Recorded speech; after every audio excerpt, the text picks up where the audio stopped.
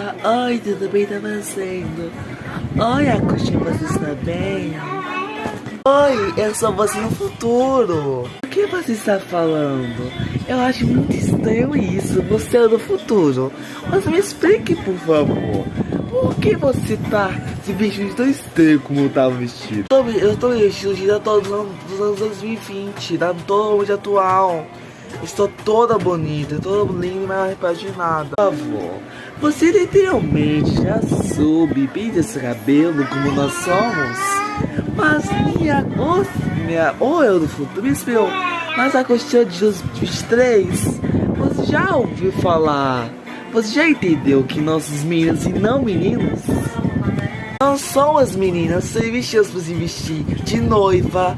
De Japão, nós vamos até se vestir de kimonos, poder se vestir até de princesas. Nós somos meninas, somos todas meninas.